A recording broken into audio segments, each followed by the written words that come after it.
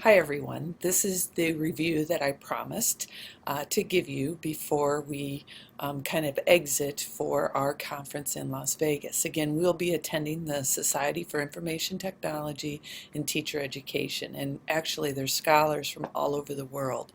So it's really a very useful conference for us because we learn from others in terms of how they're working with their teacher education programs and integrating technologies and just kind of the new things that are happening. So we're all very excited to go and be there with them. So what this is just a little bit of a review to give you an idea of things to make sure that you have in place in terms of kind of your understanding and your review about what we've covered so far. The first thing that I want to just make a note of is that do not forget that not only the lecture material, but there's also lab connections and then the journal articles and the readings. So I see this as kind of a whole package where hopefully you'll go back and you'll think about, okay, what did we talk about in lecture? How is that connected to the activities that we did hands-on in lab? And then how were the journal articles and readings support what we were doing? Okay, and with ideas and so forth. Now in the exam, it's not like I'm going to ask specific things to the journal articles and those kinds of things, but you know, you do want to have a solid base of those, especially on some of the topics that we've really talked about. The other thing is that this exam will be what I call kind of a short essay. It's probably for the most part a little bit more than just open-ended answers like phrases, those kinds of things. But what you'll do is we don't want you to write a book to the answers, but they'll be kind of short essays. We want you to be clear, concise when you write your answers. We don't want to be fishing around. All of them will have, all the questions asked will have some kind of questions posed. So the topics that we've covered so far in the class, we spent considerable time on information literacy, on website evaluation, TPAC obviously, digital images, fair use and copyright, grounded technology integration, and math and technology. And so that's kind of where we'll start up when we get back next week, and actually we'll start with literacy and technology. So kind of think of those ideas, and usually with this exam I have 7, 8, 9 questions on it. I don't have it finished yet, so I'm not sure how many I will end up with, but if you kind of think she's having 8 or 9 questions, you can almost be certain that there'll be at least one question on each of these topics that you'll have to respond to on the exam. Okay, so the first topic, and again, these should be questions that are similar to the ones that you have in your notes, but information literacy. So what is it? It has information literacy for us was kind of twofold. It's kind of searching that information on the web and evaluating information on the web. Now, information literacy is a lot more than that, but those are the two topics that we really spent a lot of time on. So why is this important? Why should you care? How is it going to impact your elementary students? Think about how we talked about searching for information on the web. We gave pretty specific examples, especially in lecture. I gave you kind of 5 steps that you could kind of think about and share with your students for that information. And then 2, what are some search engines that are specifically designed for young students? We just automatically kind of answer Google it. But for elementary students, Google it doesn't have to be the only answer, and it shouldn't be the only answer. So what were some of those that we shared and talked about in lecture?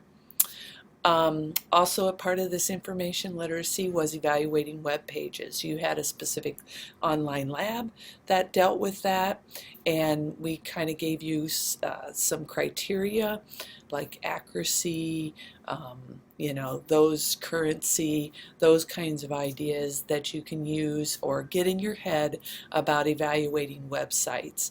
And then I also gave you a kind of a WH method, the 5 WHs to give to students, because the criteria, the accuracy, currency, all those, that's a little bit harder for an elementary student unless you come up with an acronym for them, but the WH ones really align nicely with those. So think about evaluating websites. Why should we care? We went over a lot about bogus websites and how, some websites look really good, but they don't have accurate information on it. And so our students are susceptible to that, and they need to be aware that they have to at least do kind of a mind checklist in terms of, what should I be using, what should I not be using, and what's real and not real on the web. Okay? Obviously, TPAC. What is TPAC? How can the TPAC framework help you think about planning instruction? I know we've just started this, especially around math, but hopefully you're seeing that, it's always going to be checking yourself on what content am I going to teach, how am I going to teach it, and then is there a technology that I can use that will enhance what I'm doing in my classroom. Enhance it in such a way that without the technology, it might be difficult to do. Again, we push ourselves to think innovatively about using technology, and how can we continue to think about that in terms of creativity and the things that we do with our students. Okay, so TPAC obviously would be a big issue in there. Just so that you know, I did put an image of TPAC in the how-tos and resources folder on Blackboard, so if you want an actual image of TPAC, just go there and you'll see it. We also talked about digital images. How can you and your students take better and more interesting pictures? That one, we didn't stress as much, but you know what I'm going to do? I did a video about that last semester, and so I am going to post that in this folder so that you guys can go through it. It's one of those things, I just ran out of time, and then we were kind of done with the lab before, and how we treated it with Pi Day, it wasn't quite as necessary, but I think I still want you guys to know that information. So it's a short video. Watch that one too to get those. It's talking about kind of strategies for taking pictures and how you can take better pictures, and I think you'll find it somewhat useful. Okay, and then we did talk about this useful framework for thinking about how to use digital pictures in your classroom.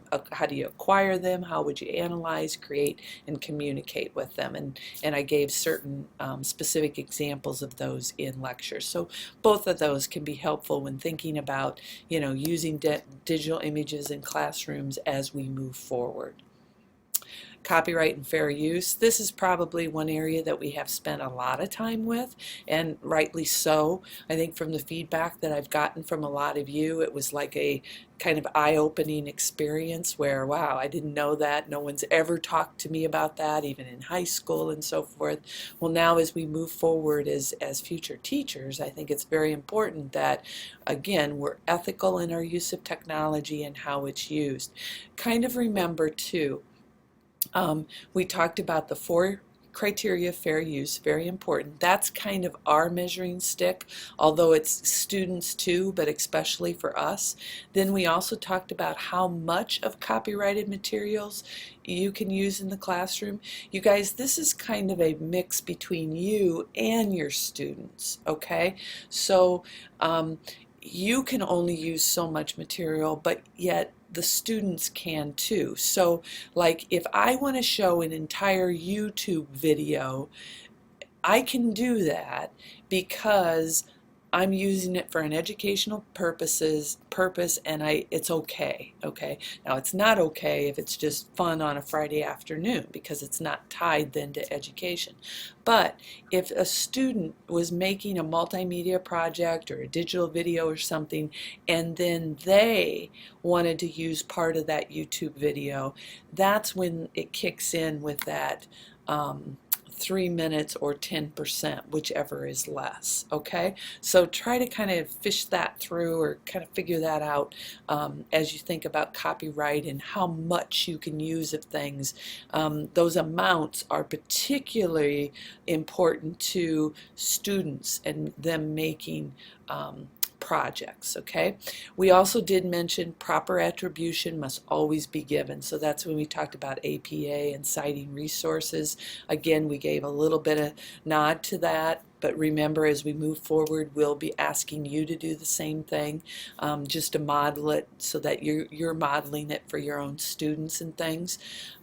But with that, a lot of people said or made the comment, well, I don't have to, if I cite resources, I can just use anything. Remember, no, it defaults back to that 4 criteria and then the amounts that we talked about. Grounded technology integration. We talked about 5 basic steps to planning a learning event. This was the Harrison Hofer article. Again, kind of key into that. How's that related to TPAC? We also, just in last week's lecture, we really kind of rolled up our sleeves and talked about what a learning objective is. We had 3 parts of the learning objective, and then talked about how do I write an effective objective when planning a lesson. And so I know we just got started on that, but again, that will probably be covered in this midterm. So you know, key into that and practice it so that you kind of get how do you write an objective for a lesson, because again, as we move forward, we'll be doing that quite a bit. We kind of ended with this math technology, or the last 2 weeks we've been immersed in that. So all I want you to do here is kind of think about what you've learned about teaching math and using technology to assist the process of teaching math. What technologies did we use? What were your impressions of those technologies? Did you see them useful, and how you could work with students and help students learn math as a result? Just kind of be reflective about this part, and think about the affordances of the technologies that you used. Like, what could we do with EduCreations versus what could we do with Scratch versus what could we do with a spreadsheet versus what we could do with apps. They're all a little bit different. So just kind of reflect upon that. The last thing is, again, kind of a reflection mode, kind of on your technology knowledge, specific technology knowledge that you've gained so far this semester in the course. What new technologies, or what technologies have you learned about so far? We've done a lot of different things, not just math and technology. We've used Google tools, we've used Little Bird Tales, we've used KidPix. So we've used still a variety of technologies that I think have been very interesting and that you can use in different content areas. So I'd just like you to reflect again upon that and kind of think about it. Like, why would I use KidPix, or why would I use Little Bird Tales? Why would I use Doodle Buddy? Or any of the other ones that you've seen so far this semester. So how do you see yourself as the teacher using these technologies to support student learning? So again, that's where we're always going to be couched as we move forward with the class, but I hope that what you've seen is that so far it's been beneficial in your growth as a professional, as a future teacher, and have found it helpful in that growth. So we'll see you next week at the midterm, and if you have any questions, don't hesitate to contact me. Probably by email would be the best. So have a great week, enjoy your online lab, and grow in professional development. Okay, see you next week.